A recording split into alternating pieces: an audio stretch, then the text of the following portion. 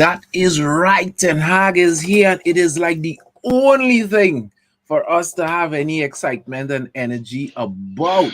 The season is finally coming to an end, and I don't think it could have ended any sooner. This season has been horrific, horrendous, horrible, everything H this season has been. But welcome to the preview of Crystal Palace versus Manchester United at the last game of our season. I am President Chad, representing the United Hour. And inside here with me, we got the man Devin, and we got the man Big Phil. Yep, I'm back. For real, you had to do it like James Brown. I'm back. So, gentlemen, let's talk quickly about this oncoming game. Let's deal with Manchester United first, and who would be unavailable. No Luke Shaw still. No Paul Pogba.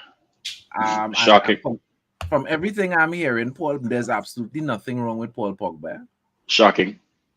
Paul Pogba has been left out for two reasons. One, because he just shouldn't be playing for Manchester United again, considering that he is already mentally and physically to some extent out of the door. And secondly, that Paul Pogba is concerned that he may get negative back reaction from the supporters. Fully deserved. Right? So Paul is kind of hiding. Let me put it like that, right? Ain't nothing wrong with Paul, he hiding. So who else is out? Sancho. Sancho has an illness. Some are recovering from some illness. Garnacho as well. Garnacho was in practice, but as the coach said, he wasn't practicing before because of his illness, so more likely than not, he wouldn't be there. And the big one, the big miss, the man himself, Cristiano Ronaldo, is out. His hip is giving him issues again. I don't watch, man. Ronaldo has been one of the only bright spots, as well as performances of the under-18 team. I think the under-14 team won the league recently, their league.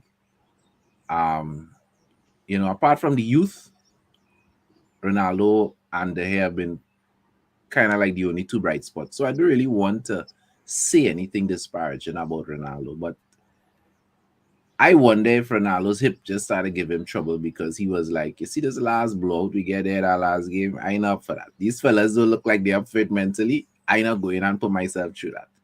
Anybody else feel that that's probably why Ronaldo hip suddenly giving him issues? I don't know. No, I don't see Ronaldo as a type to want to sit there and put himself out. I think if he's ready to play, he's ready to play because he will also care for his individual stats as well too. And the backlash. No, it is exactly it. But if the team playing badly, you're not going to get the ball to play in the back of the net.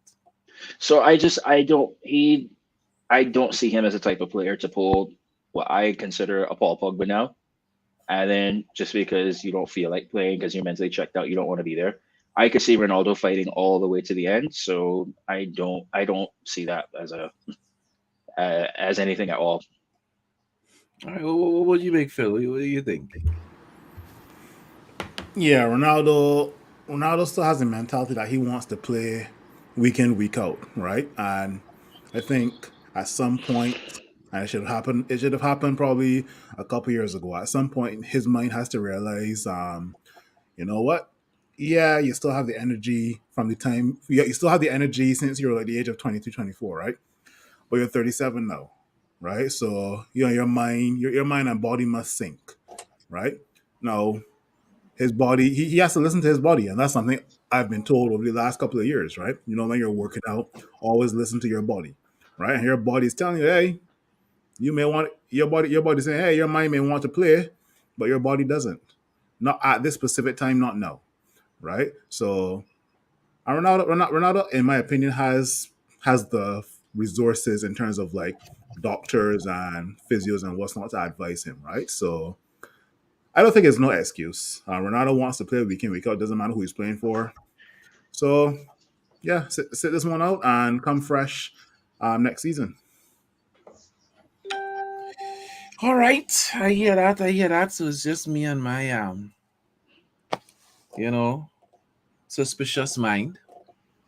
Um, because to me, as I said, I know Ronaldo wants to run out there. If I'm Ronaldo, I'm thinking Crystal Palace. I could probably get 4 goals, put myself in the golden boot conversation, But when you're looking at the team and the team underperforming, and then key players missing, you might tell yourself that ain't making sense. But fair enough. So with that in mind, who do we think is going to be starting tomorrow? Please, God. So I would go with the back four, where you're gonna have De Gea in goal. Um, I've been debating this one. Do you let Wan-Bissaka go against his old club or not? But for this one, I am just going to go with probably thinking Dalot for this one. Then you're gonna have Lindelof and Varane in the middle, and you put Alex Telles. The midfield, I see for now. It's probably gonna be either McFred or Matic Fred. One of the two. Still trying to figure out that pairing. For the wings right now, you have to give Rashford a chance right now. Alanga is going to have to play up top. Obviously, you have Bruno in there. Um, the last wing spot, I'm actually thinking potentially Juan Mata. So I mean, I'll just read what the confirmed squad for tomorrow is so far. It's Heaton, nah. Henderson, nah. Well, actually, no, because Heaton and Henderson are the only goalkeepers that are in the squad confirmed for tomorrow so far. There's Dalot, Jones, Varane, Lindelof, Fernandez. That could be Alvaro Fernandez. Tellez, McTominay, Fred, Shortire, and Charlie Savage. Those are the actual players who will be confirmed for tomorrow, right? So based on what I am seeing here, and it just says so far. Obviously, I'll go with like maybe Henderson in goal, Dalot, Varane, Lindelof, um, maybe Tellez, and then Well, midfield. Shaw is out, so I have to be Tellez.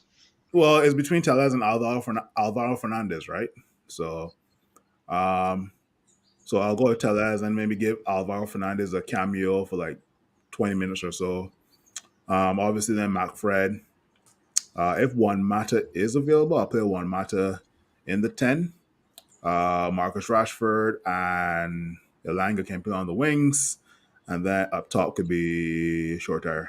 And that's about it. Or Charlie Savage. But Savage is a midfielder, no? sorry. I was thinking. What's his name now? If they bring the youth up, who I'm thinking the Hugo. Or Joe Hugo. Okay. Yeah. And is the messed up thing about it? I mean, it's all well and good for us to say, yeah, we would like to see youth and it's the last game. But this game matters for Manchester United. Correct. Well, This game, the outcome of this game could determine whether we play in Europa, which is already a step down from conference, which is to me under the ground for Manchester United. Right? Conference, teams like Crystal Palace and West Ham should be pushing to play conference football. True. Right? well, Not Manchester United. well, this season right now, we get what we deserve, and if that's where we end up, then we really can't have any complaints, especially considering the fact that if we lose this game by 1 goal, you know what our goal differential will be? 0. We should not be playing any European football with a goal differential of 0 or negative at all. It's already shocking as it is to begin with. So as awful as it sounds, if that's where we end up, then so be it. But it's obviously I would like to be playing Europa League, but if we end up in Conference League, it's what we deserve. True. I mean, this game is this season has been so horrible. This is going to be our lowest tally in Premier League history. The only positive thing from a historical perspective is that we have never lost at Crystal Palace at home in the Premier League era. Right? I think there are 8. We played them 11 times. We have 8. Well, probably 11 times. We have 8 wins and 3 draws. So we have never lost to Crystal Palace at home. But then At again, Selhurst, at Selhurst. We're playing at Selhurst Park, not at Old well, when I Trafford. said sorry, I meant to say at their home, we haven't lost away to them, and so we could only hope that that is not the case. But Crystal Palace seems to me to be a team that is playing like they have something to play for, and for one main reason, I think that's Patrick Vieira. Correct. Patrick Vieira, this is his first time in the league, and they have an opportunity to actually finish 10th and to have a top half finish for a team that last season was fighting relegation and that really didn't get no set of big signings in the door. I think, Patrick Vieira is really trying to make a statement that he is definitely Premier League worthy, and this team is playing for him. And then on top of that, you have Zaha that always wants to show that he should have been and could have been a star at Manchester United. He's in his mind, he was not treated fairly, and to some extent I could agree with him. Being the last purchase of Sir Alex Ferguson, the way he was treated by David Moyes, I don't think was justified, but it is what it is. So they are coming to play, not because they're not fighting relegation or whatever, they're not playing for European spots. Crystal Palace is going to come to play. So Manchester United have to show up. West Ham have Brighton, right? Away at what's Brighton's on the Amex, right? Yeah. Okay. Yes. Well, if we draw and West Ham win, that's us in Conference League. So we must hope that we have to win. We have to win. Boy, I don't know, boy. Patrick Vieira. I'm honest, and this is from the way that this season is going, and it's, in my opinion, this season has been over since we got knocked out Champions League. Because at that point, it just seemed like the ties turned, the players just didn't care as much. Like we struggled to beat the last place team. It took a Cristiano free kick and a goalkeeper mistake for us to beat the last place team. So it's goals for fun. I honestly will not be surprised to see us lose this match 2 or 3-0. If the only motivation I can see is that apparently, according to reports, Erik ten Hag will be there in attendance. Yeah, I don't. That is the only motivation I see as well. So that would help the players who want to be there for next season. But the players who are already leaving, especially if they're going to be in the squad and playing, and they know that they want to go, it ain't gonna make a difference at all. They just want to see out the season and get ready to move on. But obviously, for the players who want to be there, they're going to try and put in a good performance. You know how it is to impress the new manager coming in, but he's not going to have any contact with the squad at all or anything like that. So but the fact that your new boss is going to watching.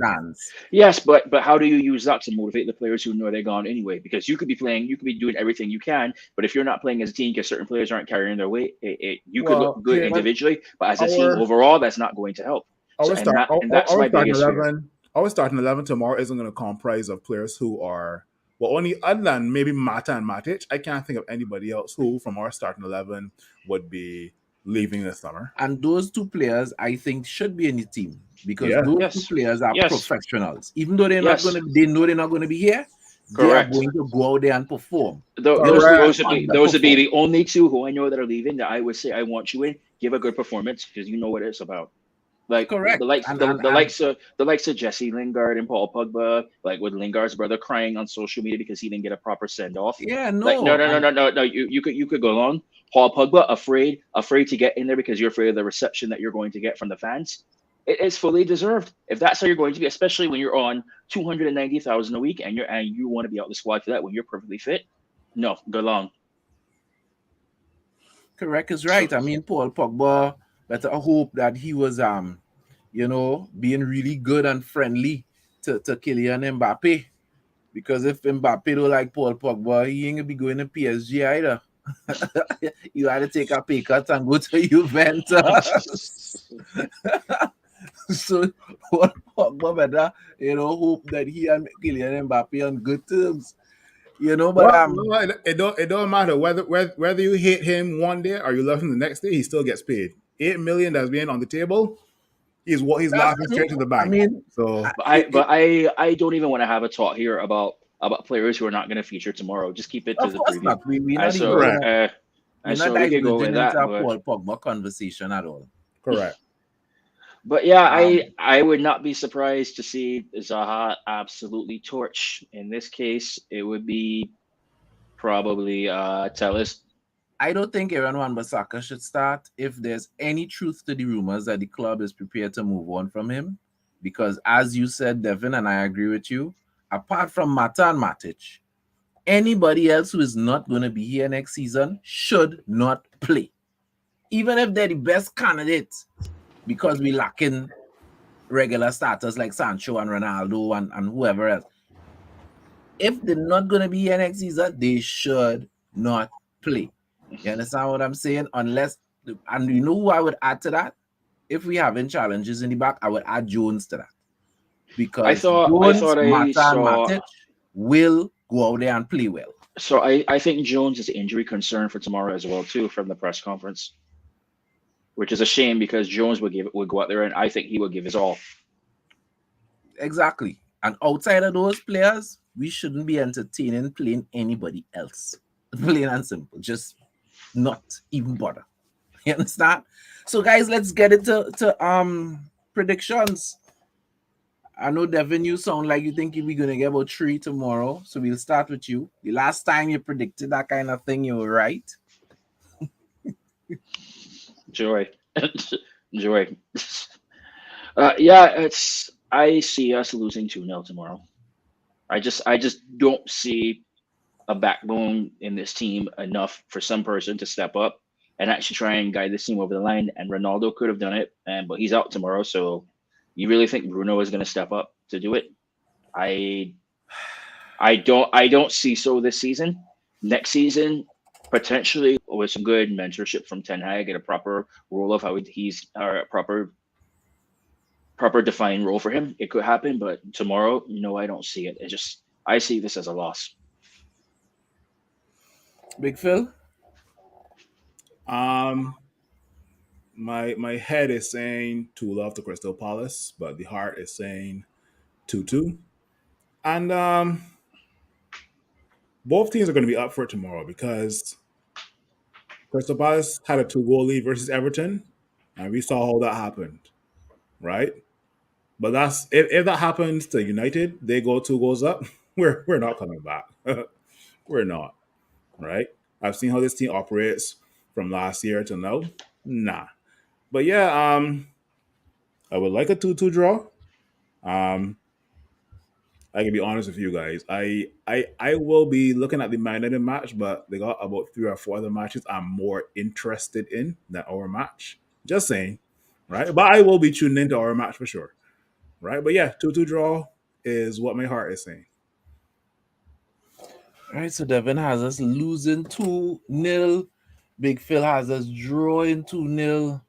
And I have us winning 1-0. When I heard that about the injury to Cristiano,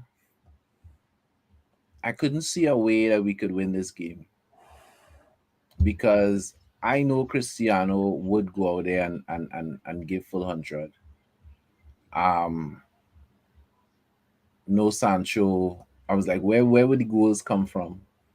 You're looking at Ilanga and Bruno Fernandes because Marcus Rashford is so unbelievably out of form that if he, he could be in the 6-yard box, he'll miss the goal. That's how bad Marcus Rashford is right now. His form is that bad. So, is Ilanga and Bruno Fernandes you're looking at, barring that probably a header from a corner, a free kick. Or Mata. So, all I could hope is that Crystal Palace is super aggressive tomorrow and somebody falls down in the box. That's where we are right about now. Is that bad? But the season can't end soon enough. And we are going to have a show tomorrow. We're going to do the final breakdown of the season. It's going to be breakdown plus a season review. You know, we're going to be looking at a Premier League review. So it's not just going to be Manchester United, because if it was just Manchester United, that would probably be too depressing. As you know, we already drink on a Sunday. I True. think we'd have real issues if it was just Manchester United. We're doing an entire preview of the league. So we're going to be talking about the winners. We're going to be talking about relegation. We're going to be talking about the teams that are coming up next season. You know, we're going to be breaking it all down on the breakdown tomorrow, please God. So look out for that. Like, subscribe. The season is over. Final game, Manchester United versus Crystal Palace. Red Devils don't die. We multiply. Tomorrow, please God, people.